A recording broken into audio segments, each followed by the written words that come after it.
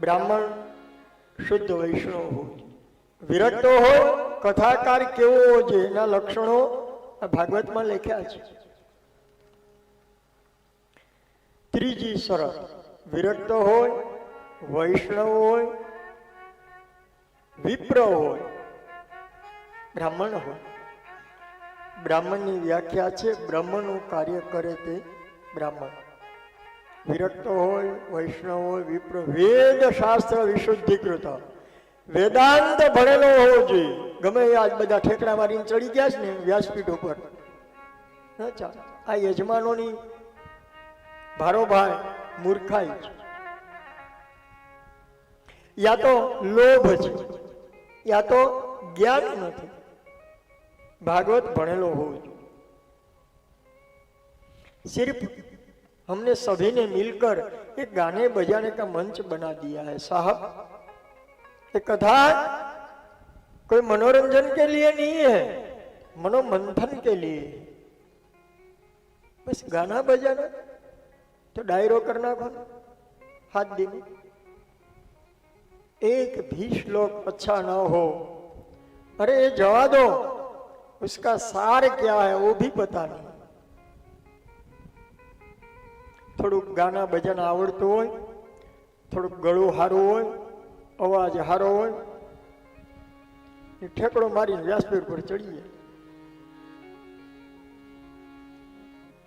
એનો સાર શું? પાછા શું કે ખબર? ઓલા આપણી છે ને કહેવત, ક્ષમા વીરસ્ય ભૂષણ. ક્ષમા છે એ વીરતાનું ભૂષણ છે. પણ એક દુબળો સામાન્ય માણસ અને એને કોઈ પહેલવાન આવી અને મારી જાય, પછી ઓલો એમ કે ક્ષમા વીરસ્ય ભૂષણ.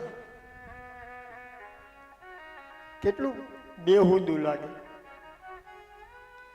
કારણ કે તું મારી શકવાનું નથી, ઓલો પહેલવાન છે એટલે તું માફ કરે છે, બાકી આમ નામ નથી કરતો.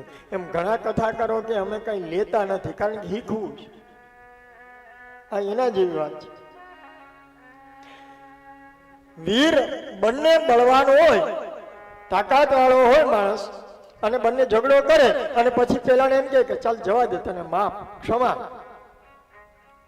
અમુક લોકોને મોહ નથી લાગતો, તાકાત બધી છે, બહુ તાકાત છે, પણ ક્ષમા તો એ વીરનું ભૂષણ છે. એ બરાબર. શું કામ?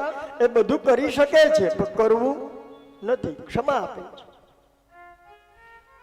એમ જે વેદાંતી બ્રાહ્મણ હોય, 9 વર્ષ 7 વર્ષ 5 વર્ષ પાઠશાળામાં અભ્યાસ કર્યો હોય, ભાગવતને ભણ્યા હોય, અને કદાચ એમ કે ભાઈ તમે જે આપો તે, અને કાંઈ ન આપો તો ચાલશે, પણ હું કઈ લેતો નથી, ત્યાગ કરું છું, તો વેદાંતી બ્રાહ્મણ કહે તો ત્યાગ છે.